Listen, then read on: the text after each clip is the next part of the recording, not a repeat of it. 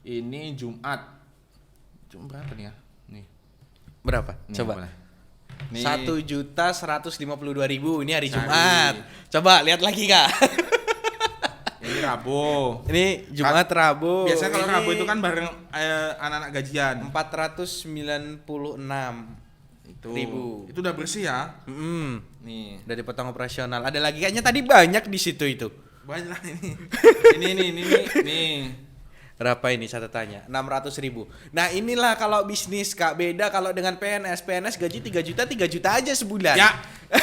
Kalau pengusaha ini bulan ini 5 juta, bulan besok paling 3 juta, tapi bulan besoknya bisa 50 juta. Nggak tahu kita ini pengusaha. Ya, itu. PNS segitu-segitu aja Ya, nggak? itulah makanya ya saya bukan sekali mohon maaf pada para PNS. Saya bukan menyemelekan PNS, bukan sekali Iya. lagi ya. Saya nggak ada Iya, sekali. benar.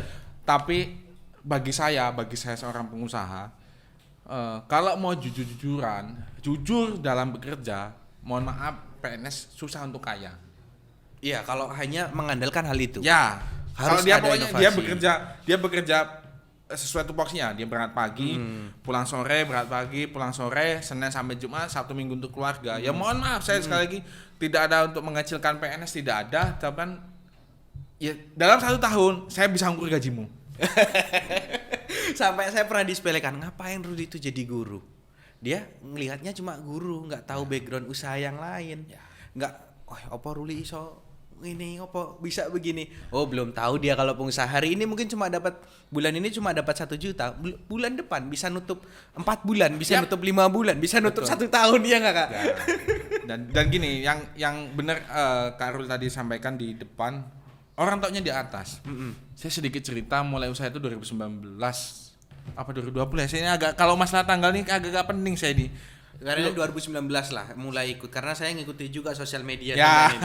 Jadi di awal saya ngerintis itu waktu itu ya kalau dibilang modal sebenarnya ya semuanya pasti punya modal lah. Tetap.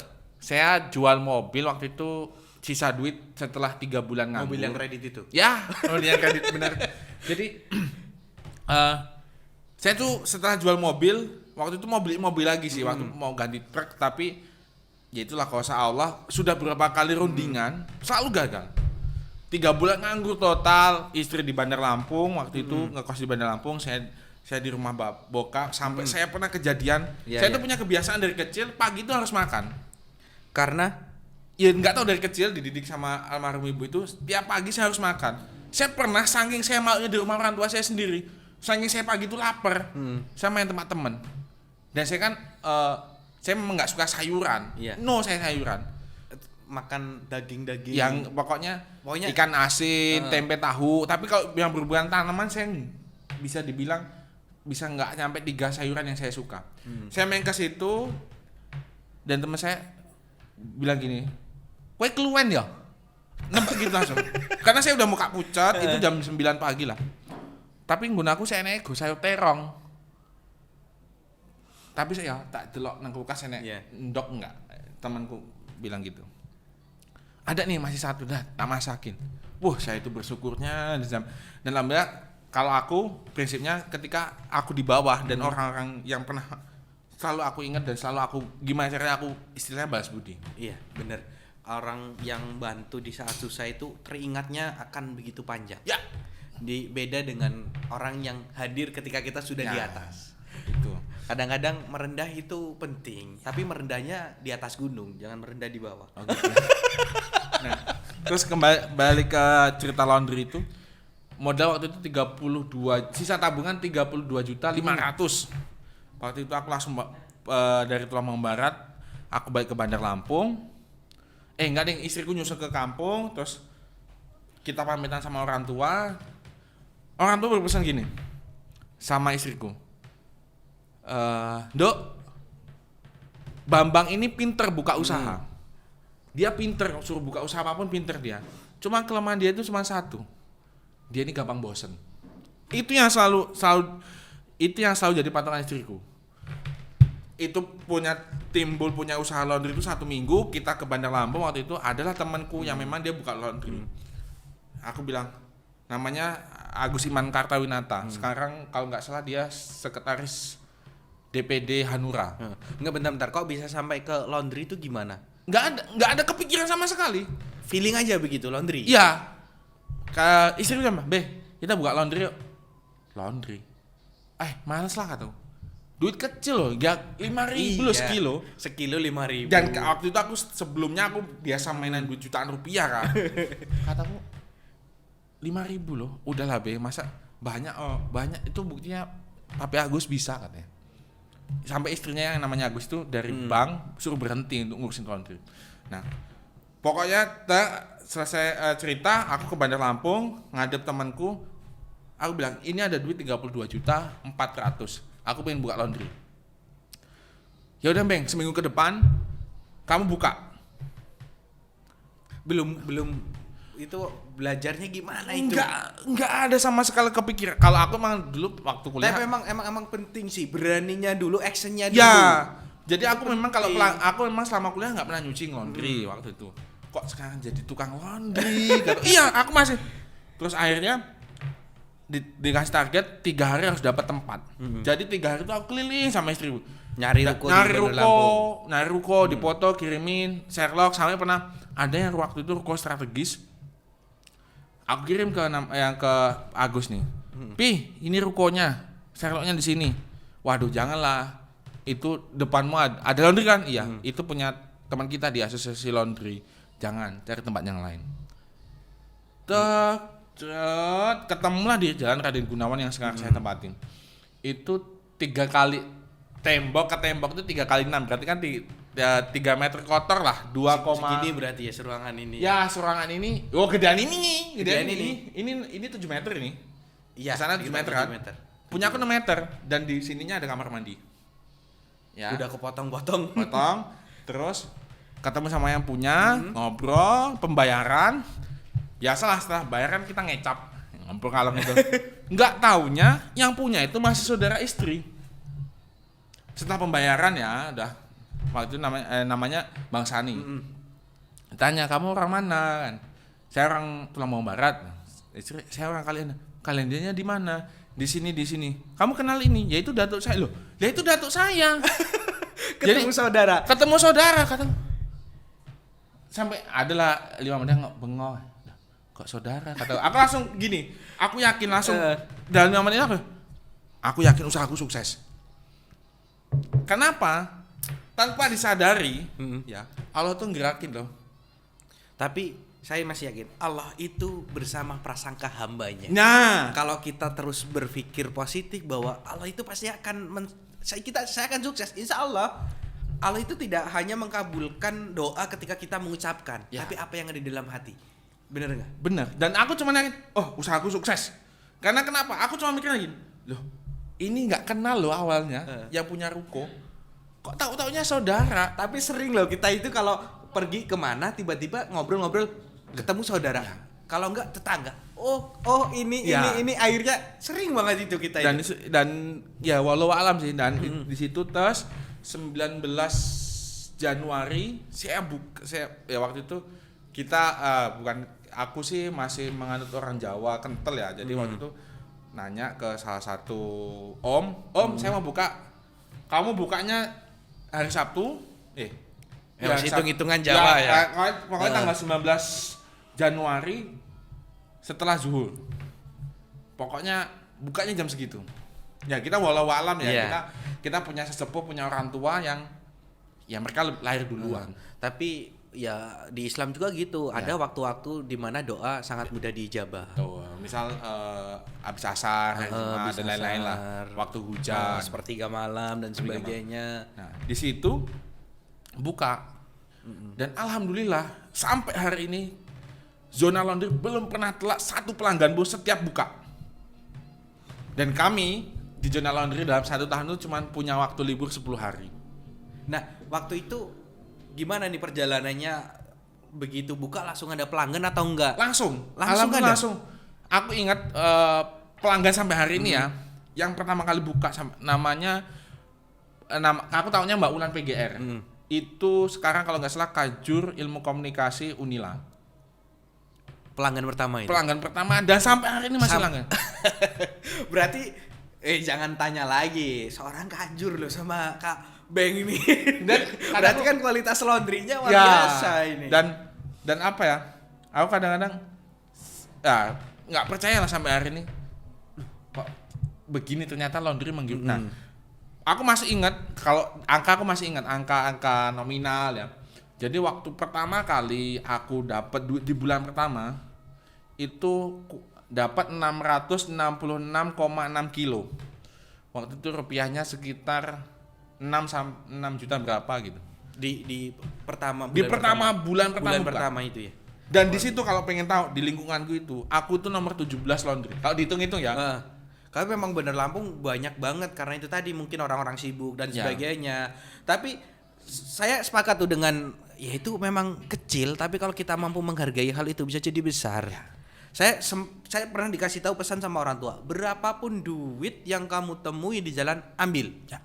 Kalau kamu nemu entah 100 perak, entah 500 ambil. Masukin ke celengan atau masukin ke kotak amal. Hargai, itu adalah duit. Itu adalah rezeki. Karena prinsipnya gini. 100 juta tanpa 1.000 enggak jadi 100 juta. Iya, 1 juta juga tanpa 100 perak enggak jadi itu. Itu paling diskon 99,9%.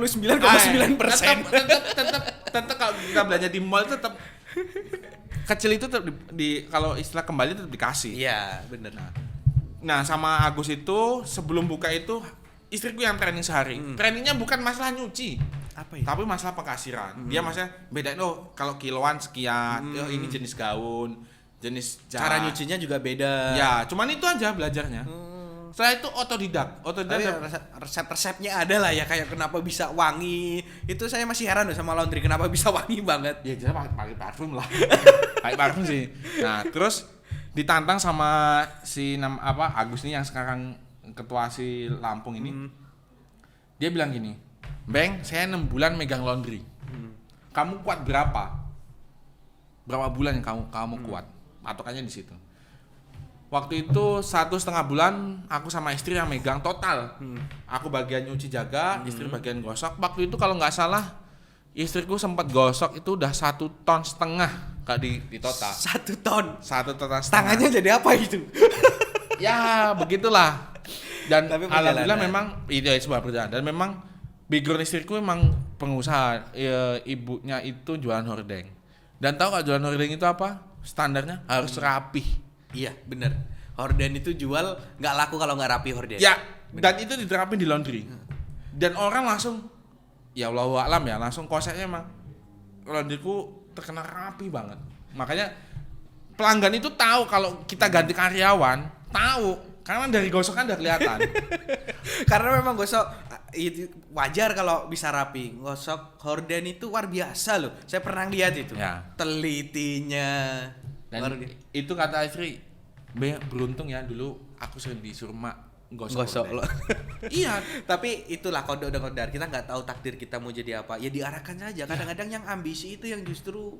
Nah kalau bicara ambisi ya, nah terus berjalannya waktu 1,5 bulan itu alhamdulillah aku bisa rekrut karyawan.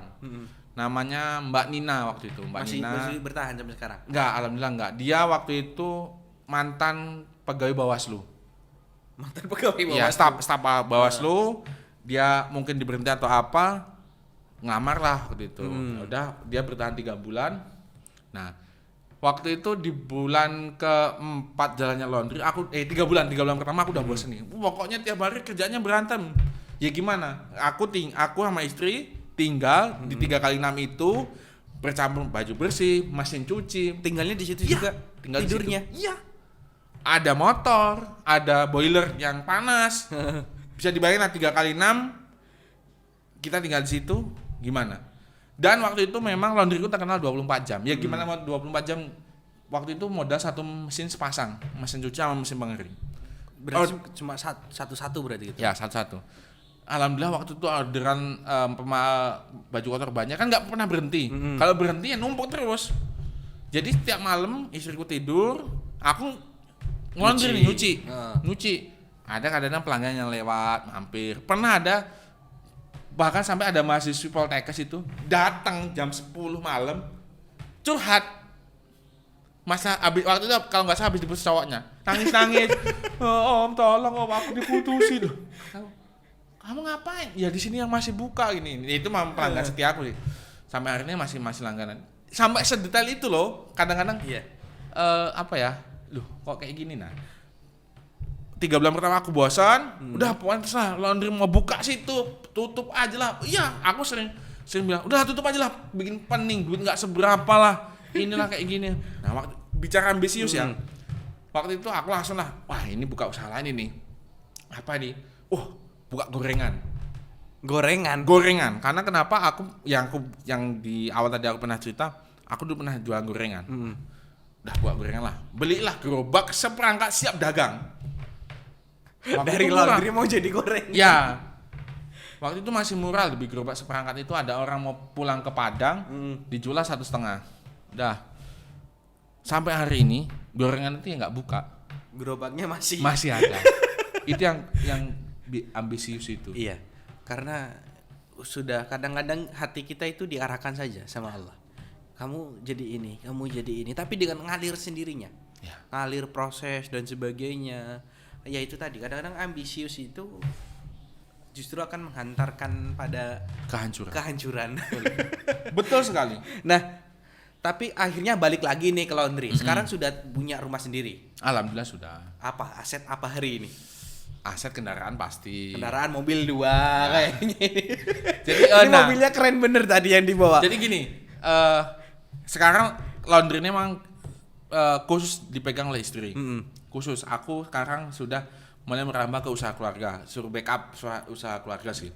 Apa itu? Transportasi. Yang pernah lihat saya itu. Bus. Sekarang saya konsentrasinya di bus. Karena kakak konsentrasinya kan di truk, jadi beda divisi lah kalau zaman kan divisi truk, divisi bus.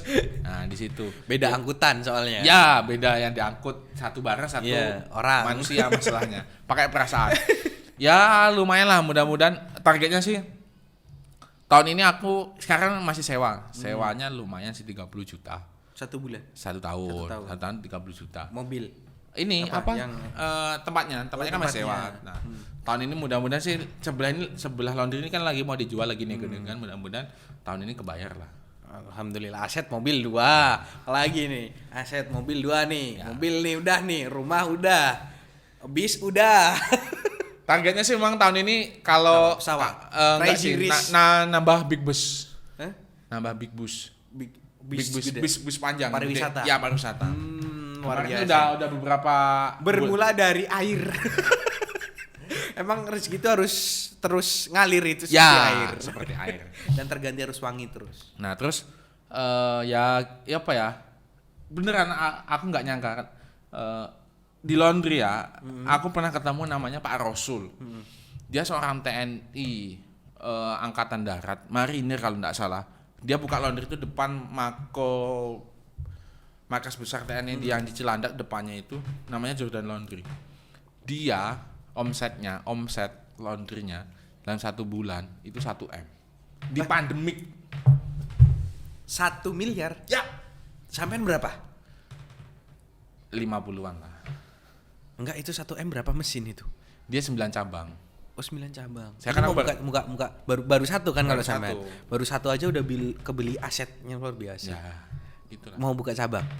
Ini aku lagi hunting kios.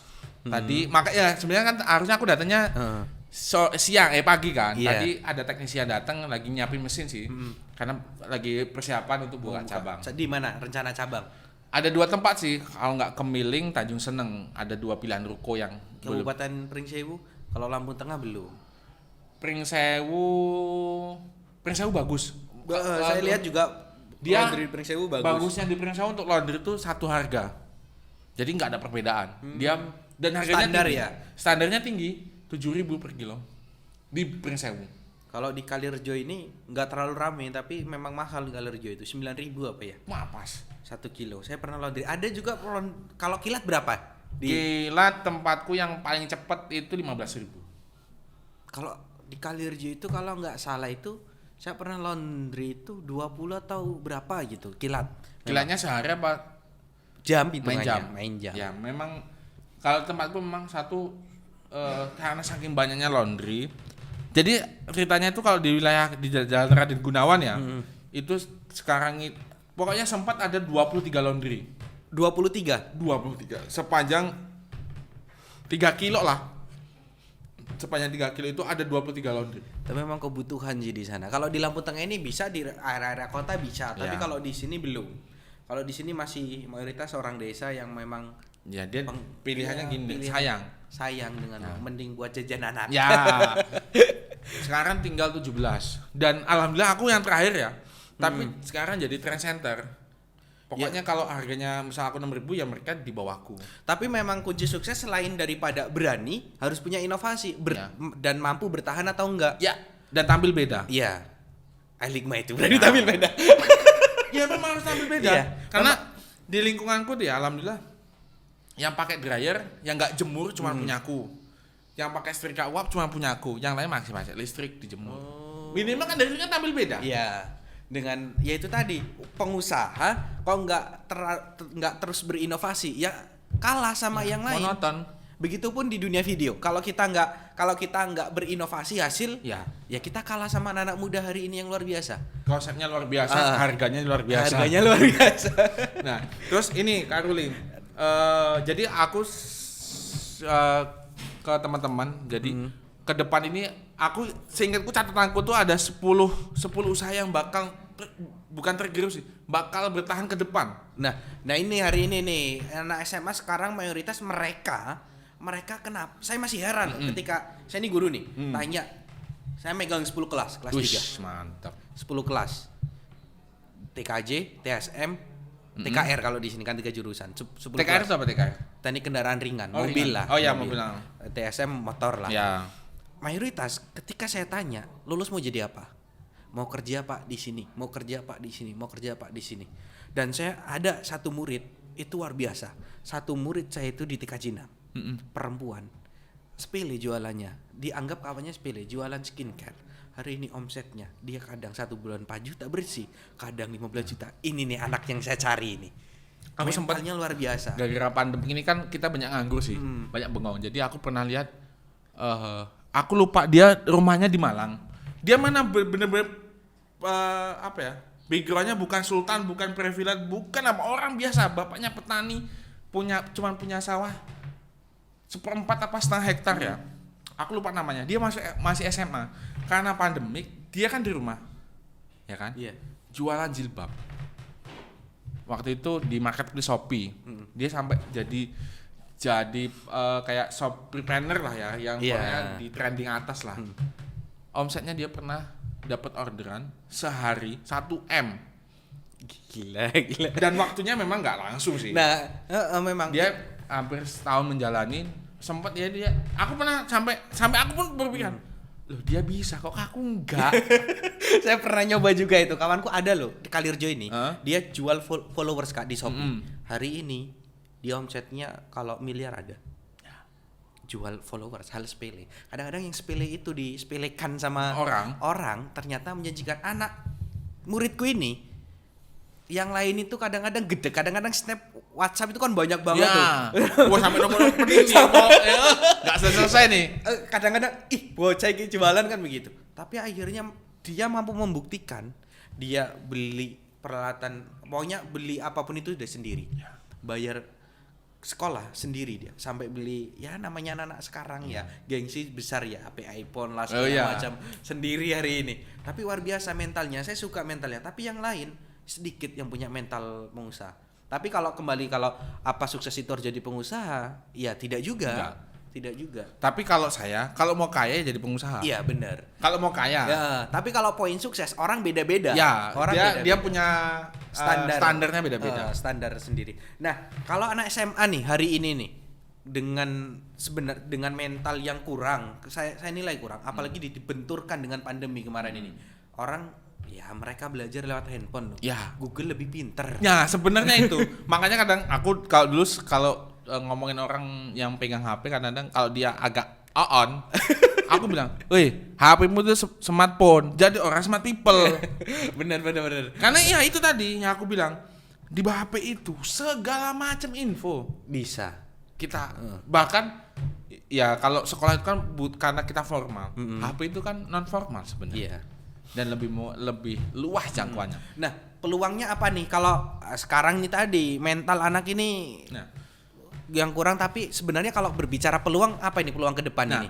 ini saya bukan promosi SMK Al Hikmah ya, bukan, tapi memang saya tuh punya 10 list. Nih, apa ya? Saya agak lupa. Yang pertama itu kalau enggak salah saya tuh berhubungan dengan motor. Kenapa? Coba lihat penjualan motor, pemakaian motor. Bahkan aku dulu satu orang sempat punya 5 motor. Berarti kan peluang tuh. Iya. Ya kan? Satu orang punya motor banyak. Itu peluang. Terkait motor ya, bisa bengkel, bisa jualan spare part, apa variasi kan. Iya. Ya pokoknya berkaitan dengan motor. Kemudian berhubungan dengan mobil. Makin lama netizen plus 62 ini terkait gengsi, Iya, bukan bener. fungsi. Kadang-kadang orang dia berani kredit, yang penting gua punya mobil. Iya. Dan itu kan pasti butuh perawatan, butuh Status sosial lah. Status sosial. Nah, itu peluang. Nah, terus kemudian gadget. Gadget itu dia lah. Kita kayaknya waktu beli HP nih udah paling spek tinggi. Iya. 1 bulan saya orang yang termasuk bosen banget sama handphone itu. Waduh, ini tiap hari ganti nih ya. Kalau aku handphone alhamdulillah sih, selama dia masih masih digunain, tetap gunain. Dan saya nggak pernah jual handphone. Karena takut ya kan, waktu itu Iya. ya kita pejabat Bukan soalnya. lagi. Saya kalau masalah gadget saya punya itu ya, yang pernah aku ceritain. Aku jualan batang singkong tak beliin HP. 2004 aku udah 2003 aku udah megang HP. Sony Ericsson T230i. Dari kecil. Dari kecil biasa udah. Walaupun ini terus online shop. Ya, online shop hari ini luar biasa. Online shop. Aku Jangan punya- kira ya ini Kak Ruli. Jangan kira toko sembako itu bisa kalah dengan online shop. Bener. Karena perkembangan zaman, perkembangan budaya. Sekarang lah Kak Ruli. Mau beli apa nih? Aku aja pernah loh beli makanan di online. Iya, di Kalirjo ada loh inovasi baru itu. Ada di Kalirjo itu Kak, pembuat aplikasi namanya Gugesit. Wis. Ada nih aplikasinya, Gugesit nih. Mantap ini. Itu ini. ada seperti Grab, persis seperti Grab. Ini Gugesit tapi di sini? Gugesit tapi di Kalirjo. Wih, boleh Ya juga. inovasinya ini, dia makanan, kurir dan sebagainya. Nah, itu. Peluangnya luar biasa, meningkatkan penjualan. Nah, kemudian laundry. Laundry kenapa termasuk dari 10 list yang saya masukin usaha yang bakal maju ke depan. Di laundry itu ada satu prinsip yang sebenarnya orang banyak yang nggak tahu. Apa itu Kak? Selama manusia masih pakai baju, laundry akan laku. Ya benar. Apalagi hari ini orang pinginnya yang praktis, Ya. nggak mau ribet. Ke depan, ini beberapa tahun ke depan, anak-anak muda yang lahiran 2002 ini, Ya, yang nggak mau generasi ribet, Z, generasi Z. generasi Alpha kayaknya Ya. loh, atau generasi apa lah hari ini lah. Itu yang maunya praktis-praktis, Ya. luar biasa. Sampai ya saya sudah mengalami nih hari ini, nggak mau ribet, udahlah laundry, apalagi besok ini dunia industri makin meningkat lagi, orang-orang nggak mau diribetkan dengan masalah pribadi, udah laundry lah, laundry selesai dengan duit. Besok semua dengan duit. Terus selanjutnya itu terkait gadget udah kan berhubungan, kemudian internet. Internet ini yang saya maksud gini. Salah satunya aplikasi. Iya. Aplikasi apapun, karena gini. Ini yang saya perhatikan, anak-anak usia 3 tahun sampai SD lah, 3 tahun sampai SD itu kecanduan HP-nya luar biasa. Iya, bener. Itu pangsa bagiku ya, itu pangsa pasar nih. Tapi kadang-kadang orang nggak tahu peluang. Saya sering nyampaikan ini sama saya ngasih ada beberapa yang memang online shop. Kamu kalau jual hanya di WhatsApp, yuk marketmu hanya kawanmu. Ya. Kalau kamu jual hanya di counter, marketmu lingkunganmu. Kalau kamu mau jadi kaya, ya kamu jual di marketplace yang bisa menjangkau seluruh dunia. Ya. Apa? Shopee, Tokopedia, Bukalapak, Lazada, Lazada dan dan sebagainya. Marketplace Begitupun Facebook. Begitupun dengan pulsa bisa dijual itu. Saya pernah jual ini, yang itu followers juga pernah ngerasain saya ini. Tapi karena pekerjaan saya nggak kepegang. Nah, ini- pekerjaan saya ini kan di dunia kreatif Ya. dan digital ini. Ini karena memang sudah tergiur dengan penghasilan di dunia kreatif. Gimana satu kali syuting ini nutup honor 1 bulan. lebih. Wih. Kalau job wedding nutup 2 bulan lah. Mapas. Nutup 2 bulan. Kalau 1 bulan ngerjain 4 wedding ya dikali saja. Tapi namanya anak muda ya. Masih tergiur dengan yang lain. Iya, begitulah. Ada biaya-biaya kenakalan ini.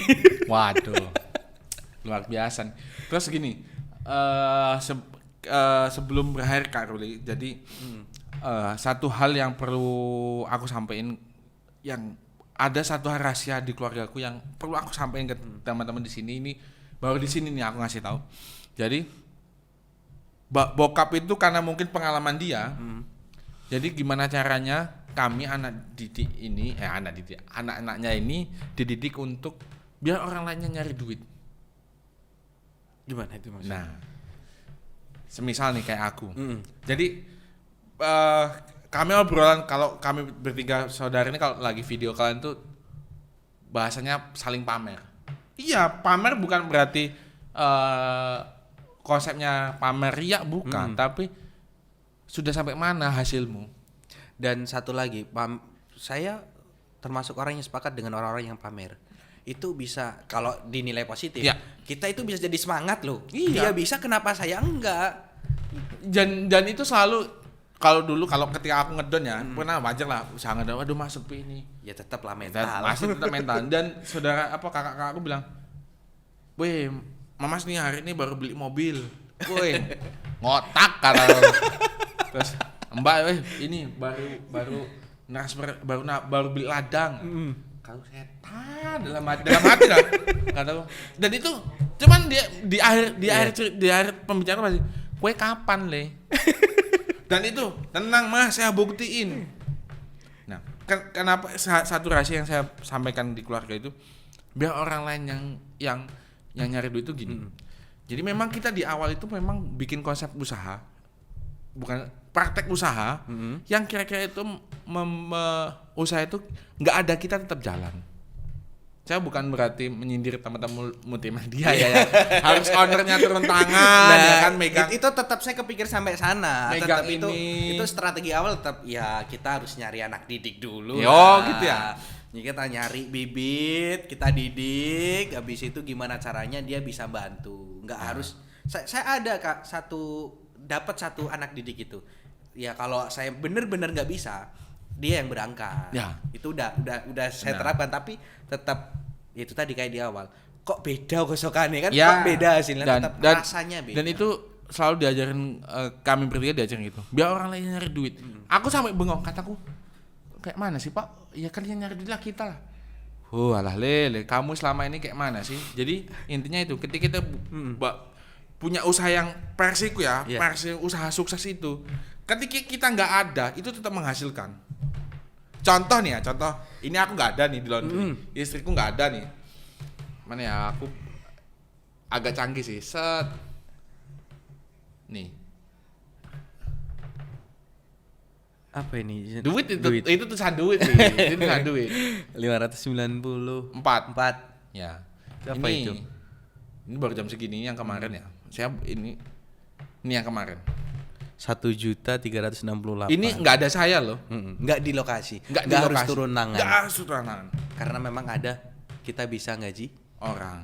Nah, dan kita bisa membuka lapangan pekerjaan. Satu, membuka lapangan kerja. Kedua, ya itu tadi, biar orang lainnya nyari duit. Dan saya kalau di dunia bisnis, prinsip saya tidak akan pernah pelit ilmu kepada karyawan. Nah, kalau mau ngomongin itu, Kak Ruli, boleh ditanya semua yang pernah kerja di saya, nggak ada ilmu yang saya tutupin.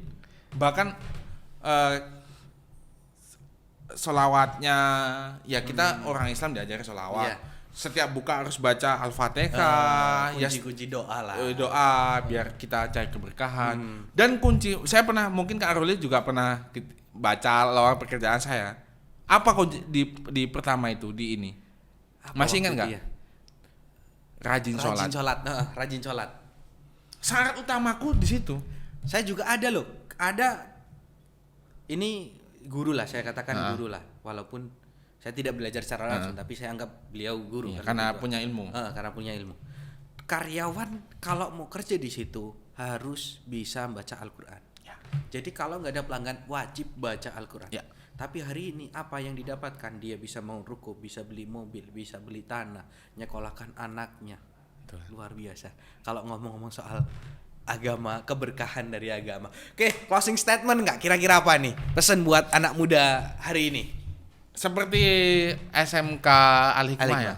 Berani tampil beda, punya ide langsung action, jangan ditunda-tunda. Jangan pernah takut ngambil resiko. Ya, Ambil kesempatan itu. langsung aksi. Pokoknya kuncinya aksi, aksi, aksi. Masalah urusan sukses enggak nomor sekian. Bener Gagal, coba lagi, gagal, coba lagi.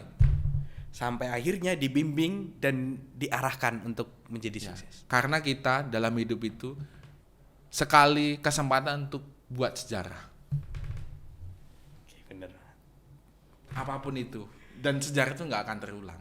Walaupun bentuknya sama, pasti jalan ceritanya beda.